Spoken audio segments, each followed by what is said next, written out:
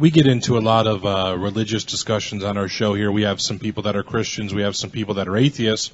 So we obviously can get into some pretty interesting discussions. Now, myself, being a Christian person, I have a basic understanding of the NWO, Illuminati, that type of thing. But obviously, I still think God's ultimately in control and will come and save us. What do you have to say to somebody like me that believes that? I think, to be honest with you, I don't believe in a collective Christianity. I don't think Christianity was ever meant for a collective. I think it was an individual thing to begin with. When it becomes a collective, it's institutionalized.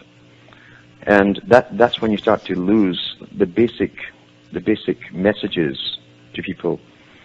Everywhere in the New Testament, you always have Jesus talking to the individual. Mm-hmm. Because this individual can only change by a numinous experience. Mm-hmm. It must be personal to that person. It's not like a collective thing. What happens? Oh, I get popped in water, I say this, and then I'm saved forever. No, that's a ritual. Mm-hmm. The inner man doesn't change unless you have a numinous experience. And that's what it was all about. And then, of course, big religions always end up on board, unfortunately, with political agendas and movements, and they're used. But as far as the basic Christianity itself is, it's probably the only religion that ever came out that made elites accept the fact that anybody, didn't matter who you were, right down to the lowest peasant, you had rights. So you were a holy thing created by something that had nothing to do with them. It was above them. And that's why Christianity was the main object for destruction by what you'll call the Illuminati, Rosicrucians, High Masonry, etc. Because they had to eradicate that idea in order to control us all and do with us as they wish, that we are special, that each individual is unique and special and created by a deity, with a spirit from a deity of value. That was the thing. No other religion gives you that value and that right to speak up. What about Judaism and Islam? Judaism is primarily law. And even in the New Testament, remember, Judaism is not Hebrewism. It's not Hebraic. It was a religion born in captivity, supposedly in Babylon, that did away with the old temple priests who were hereditary, the Levites, and came out with using the Talmud, which was a compilation of wise men's sayings and laws and teachings, etc., and it's still used today. In the New Testament, as I say, even Jesus talks to the rabbis, and he says that. He says, you follow the laws of men. So do you think that, as some have postulated, that Christianity itself is derived from some of the ancient mystery religions like Mithraism? There's no doubt that whatever happened a long, long time ago, they adopted right onto it the old sun worship type doctrine. The virgin birth was common. Because remember, too, when the Catholic Church really took over, and Protestants forget this, they forget they're still using basically the same stuff that was left over from the Latin Vaticanus version. And they said that when they wiped out the Arian heresy, remember, Arianism was Gnosticism. Once again, Arians said that Jesus was just a man, and that every person had the ability, if they sought out a creator, their God, to receive spirit from God. Well, to in become Christianity, godlike. it's a similar thing. It's the same kind of thing. But in every major religion, you've always had the Gnostic groups coming down through the ages, and they did it with Mithraism. Mithraism was so akin to Freemasonry in its teachings.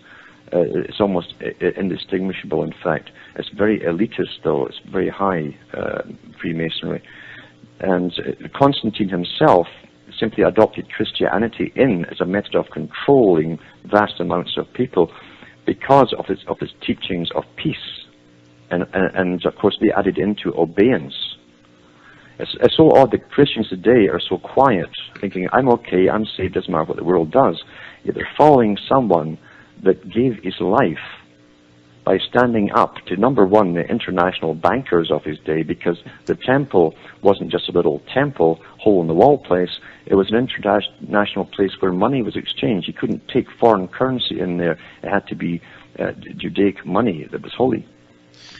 So they came from all over the ancient world, where they had Jewish settlements and quarters of the Greek world, the ancient Greek world, and the Roman world, even the island of Rhodes, which they ruled, all the merchants. And they had to come here. Thousands would come with lots of money, and the money changers sat in the temples and changed this money and made the big profit. It was an international exchange. So he drove them out. That was a no-no, because everybody was happy. The rabbis were getting their cuts. The Romans were getting their cuts. Everybody was getting their cuts. And he drove them out, and then he turns on the rabbis themselves. So do you see modern religion as a form of social control that plays into this whole plan? Of course it is. In fact, there's a video, it was very well done, it was done by the BBC, who showed you that the New American Century group under, when Bush was in, Bush Jr., spent millions and millions of dollars to do a campaign on a Christian movement in America to mobilize them on board for war. And I never thought here the day where American Christians would be literally all gung-ho to sign up and go and kill for a political agenda, thinking they were going to do God's work. It was amazing how easily it was done. They knew what strings to pull. They knew the conditioning of the minds, and they used it as a political agenda. And hasn't that been used before in the past? I mean, it's always been a that's what I'm saying. almost. If you're involved in a mass movement where rituals come over, remember the whole idea again in any original writing that was left at all about an original guy called Jesus, before they tacked on the sun worship, before they tacked on the virgin birth and all that stuff to make it more acceptable to the pagans who understood that kind of thing. You have someone, as I say, that spoke to the individual, he didn't say we're all going to heaven in a posse. In fact, what he said was, he says, the road to heaven is very narrow and few there are that find it. Few. How can you have a mass movement of things thinking you're all going to heaven where only a few can find it? Interesting. I mean, some of this stuff is just really crazy, honestly. But I do see your point, and I do appreciate you taking the time to come on our show tonight. I wish we had some more time to spend with you, but we'd like to give our guests the final words. So I just want to know if you had any final thoughts or if any final words for some of our listeners out there. Yes, I said this tonight on my own show. I said we've got to start learning to say no to all the authoritarianism that's getting rammed down our throats before we're utterly manacled. These guys literally would have to chain us all up for world peace. That's their idea of world peace. And that's no life. And therefore we've got to take back one by one, family by family, etc., our rights, because we have as much right to plan our destiny as these characters at the top. In fact, we have more. We have more right to do so. I agree with you. Our own destinies. Yeah. I agree 110%. Well, on the line with us tonight is Mr. Alan Watt from CuttingThroughTheMatrix.com. His information will be on our website if you want to get in touch with him or just listen to his show. We highly recommend it. We ask you to support Mr. Watt. I'm a big fan. I want to thank you again for taking the time. It was amazing having you on, and hopefully we get to work again with you very soon. It's been a pleasure to be on with you. Thank you so much. Enjoy the rest of your night, and thank you for being on the Extreme Society Show. Take care. You too.